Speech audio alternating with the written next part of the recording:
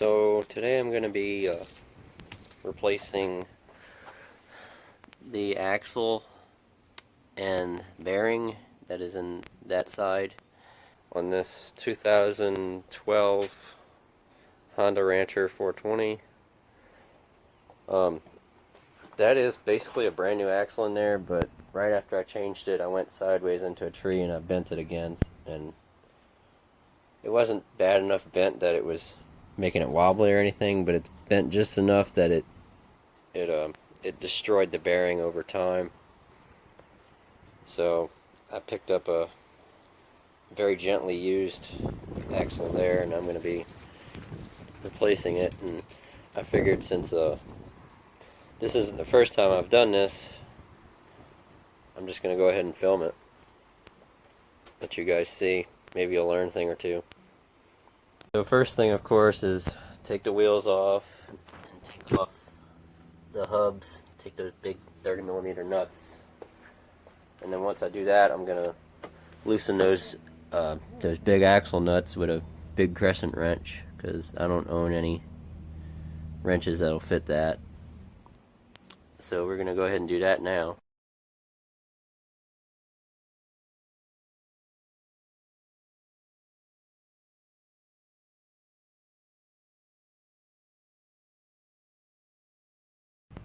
Okay, so we got the wheels off. Now we just need to get these hubs off. You might have cotter keys, you might have nails, but either way, just get those off. Sometimes these are loose enough that you can loosen them by hand, which they shouldn't be, but in this case it is. And that hub just slides right off. Let's go see what we got on the other side. I'm hoping this one ain't loose, because they're really not supposed to be loose. Oh, nail broke right off. Toss that aside so it doesn't give me a flat tire. This one's loose as well. Oops. And that's it. So now we got the wheels and the hubs off. Now the fun stuff begins. Now, before I go any further, I'm going to go ahead and I jacked it up by the axle, and I got my jack stands under the frame there. So I'm just going to drop the axle, which that's fine, that's kind of low, but if the wheels are on there it would be too low. But then I'm going to give the bike a good shake, make sure it's not going to go nowhere, and I will be using you later. Put you back in the box. Now we're going to take the biggest crescent wrench I could find. Hopefully it's big enough. And these on this side, I'm getting my rights and lefts mixed up. I'm just going to do it and I'll be right back. If you try to do this with the bike in the air, you need to either set the brake, which the brakes don't really work very good on this. I had to disconnect them because of the bearing. See, yeah, that's the sound it makes anytime I tried to ride it. So that's what we're going to be fixing today, hopefully. But trying to turn this, it turns freely. There's no way you're going to be able to get those nuts loose. So what I like to do is I just put the bike in gear, put it in reverse. So now the bike's in reverse. The axle will not turn backwards. Okay, maybe that's the wrong way. I'm trying on this side, because these all have to come off. Okay, no, that's tightening it. So yeah, I was going the right way over here. I got my rights and lefts mixed up. I don't want to hear the comments saying, "Oh, you're stupid because you don't know how to work on bikes."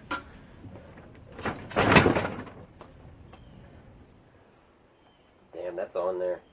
They must have got like really tight from trying to ride it the way it was. There we go. That did it. When in doubt, beat it out. Sometimes this happens.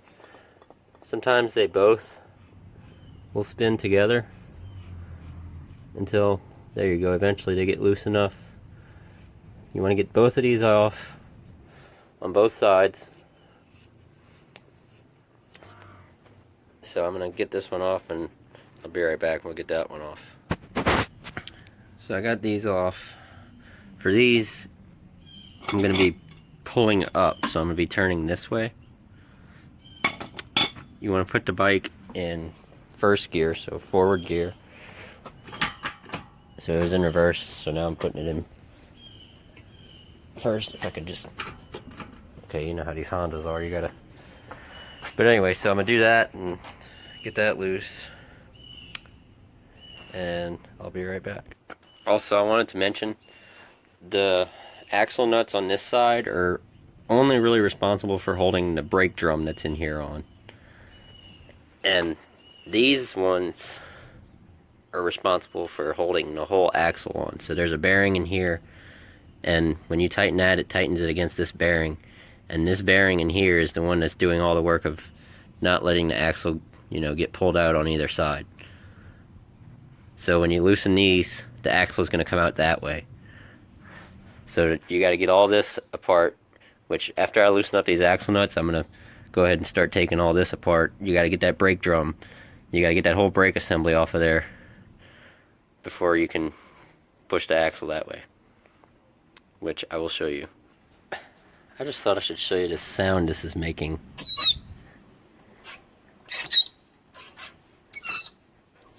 That is annoying. I am going to spray something on there. Okay, so we got all the axle nuts off.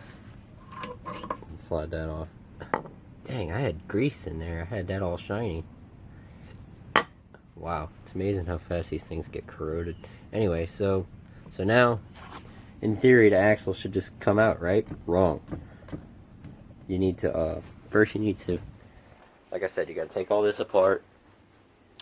You gotta get that, this is a housing, you gotta get that housing off. You gotta get this little thing off that's underneath it, otherwise the housing will not come off. You gotta get the drum off, which the drum is going to be bound up on there. Like, it's not going to want to come off because the shoes are going to be like holding the drum in place. So the shoes are going to be blocking it, so you're going to have to put up a fight. This is where things might get interesting, so stay tuned. Okay, now I got this little housing off here and the little thing underneath it. You got to take that off first before you take this off. Not much to it, just 6 8mm bolts. And then once you pull that off, you're going to see this. This is the brake drum. And it seems like it wants to come off, but it's not going to come off because the shoes are in there holding it down. One thing you can't, it depends on how badly worn your shoes are, but these are basically brand new shoes. So, but you're going to want to loosen both of these all the way out. Loosen them all the way out, just take them all the way off. I'm actually going to be changing this entire housing here because it's seen better days for me beating on it and changing stuff. This seal is probably bad. I got a new one over there ready to go with the new bearing and the new seal already. So I'm going to be taking all this off, but just loosen these all the way off till you can feel that it's pretty much centered. And then once you do that, hang on, let me take these all the way off. I'll be right back. Okay. Oh my god. Okay, so now this drum is, in theory, free to come out this way. And the axle is... What are you doing, Siri? The axle is also going to come out this way with it. So, what I'm going to go ahead and do, instead of trying to fight this off by itself, is I'm going to take the big hammer here. Now you don't want to, I mean, it's a bad axle, so I really don't care if I tear it up, but the new one you're going to want to be more careful. But I'm just going to make an attempt to knock it out that way. And that's it. Now I don't know how I'm going to get the drum on there. Oh my goodness. Okay, you guys got to see that. There's a bunch of moisture here that was inside of there. This is supposed to be a sealed surface. I've never seen a Honda that actually effectively seals moisture out from this area here, or from the brake for that matter. So all that seal stuff, I think, is just a big, you know, it never works. But anyway, so the axle is free now. And there she is. Basically brand new axle that got bent 2 months after it was put in. This was a brand new bearing when I changed the axle. It is wobbly and sounds very rough. So now what I'm going to do is I'm going to take this off of here. This is 4 14mm bolts holding this aluminum piece on here, which I'm going to be completely replacing. But I'm going to be saving these brake shoes and this. So basically, this is the only thing I'm going to be changing. This is just a new plate. It's not in the best shape, but it's in better shape than what I'm dealing with here. It's already got a new bearing in there, ready to go, new seal. So all I got to do is take the brake shoes off of there and put it on here, and put this back on there, put the new axle in, and I might actually be able to ride this thing this afternoon. So we'll see.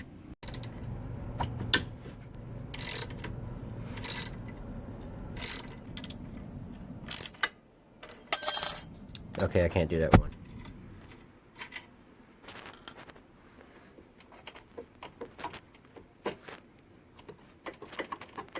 I figured I'd try to get this off before I get the whole thing off. But of course, it's putting up a fight. Just trust me, I'll get it off. See, I told you I'd get it off. Now I took all the remaining nuts off of there. And she just slid. Oh my gosh, that is horrible. How did that even get in there? What? Pull this little vent tube off. Okay, hold on. That is... Focus. That is disgusting. That's why the... Okay, yeah, Look at this. Look at this bearing. I don't know if you can see it, but that bearing has like a good almost an entire millimeter of play. This was a brand new bearing. This bearing looked just like this maybe 6 months ago. Wow. Yeah, it's gonna run a lot smoother after this, that's for sure. But this is the new axle. It's not brand new, as you can see, but it's in pretty good shape. It's not bent. I just kind of stuck it in there.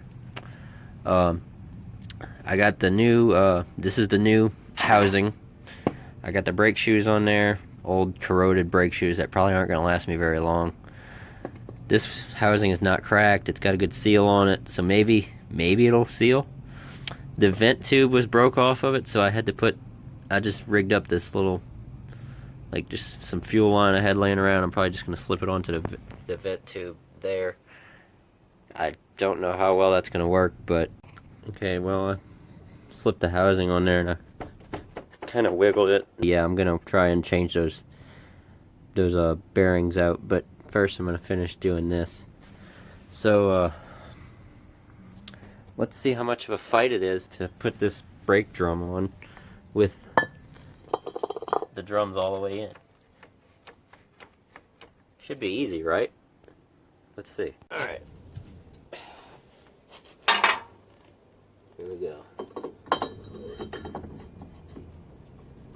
Yeah, it's not wanting to go on already. Oh man. This mess again. Alright, well let's start by take my hammer here and just kind of see if I can beat it on. Now it's going on pretty easy.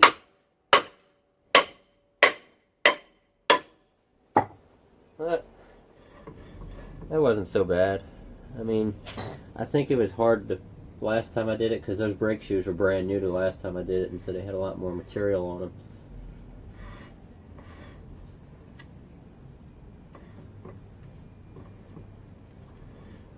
But that spins a lot nicer. Let me give you a little advice that'll save you a lot of heartache if you're doing this. and I mean a lot. I just spent the past, I don't know, 30 minutes trying to get this back off because I remembered that I forgot to put the pins back in here that hold this thing from coming off. You can't forget that, because if you forget that, you know, that thing's going to fall off and bad things are going to happen in there. So, don't forget to do that.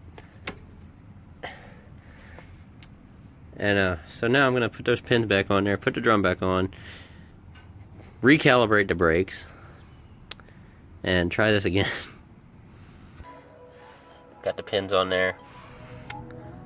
Greasy thumbs up. Yeah, okay, so the thing about this, let me pause the music. The thing about this going on is that you can easily, you know, take a hammer to it and just beat it on there. But trying to get it off is different because you can't really get anything behind it. So you gotta, like, do a combination of prying on this without breaking it, which, of course, I managed to break this one. Yay me. And you also got, like, there's not a lot of ways you can do it, really. I mean, other than to, like, start the bike, put it in 5th gear, and just, you know, rev it real high and slam on the brakes until it, like, chews away at the drums. I mean, at the shoes, to make way for the drum to come off, because that's what's stopping it, is the shoes.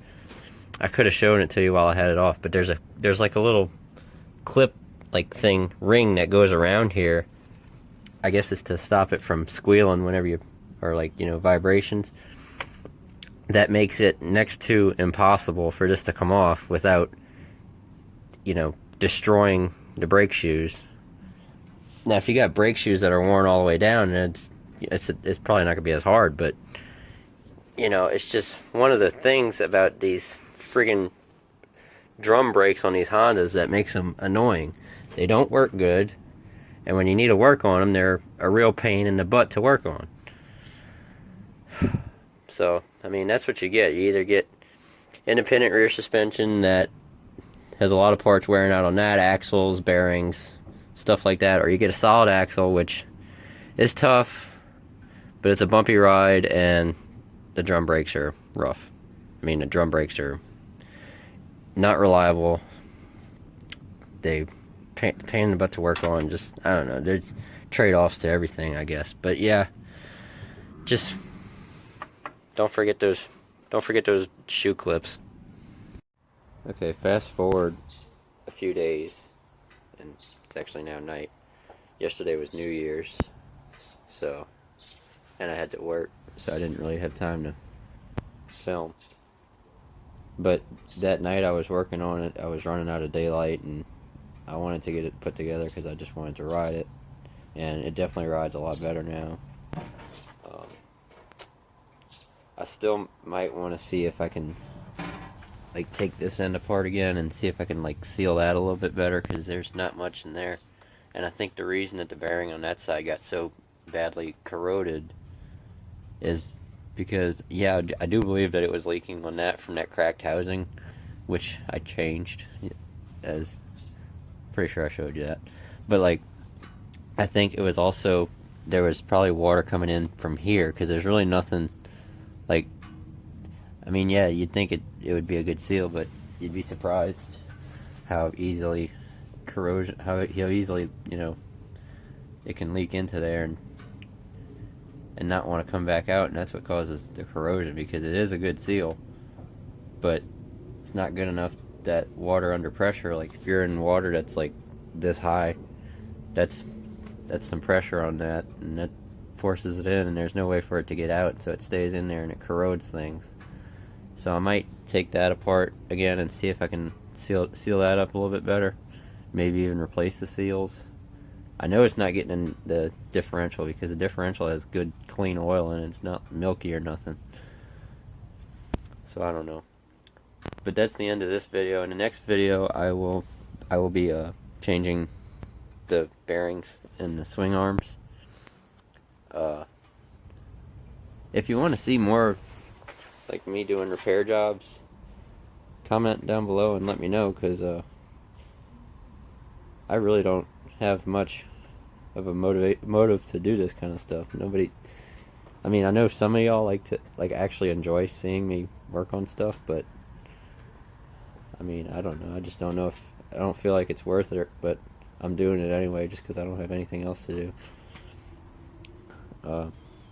But yeah, thanks for watching.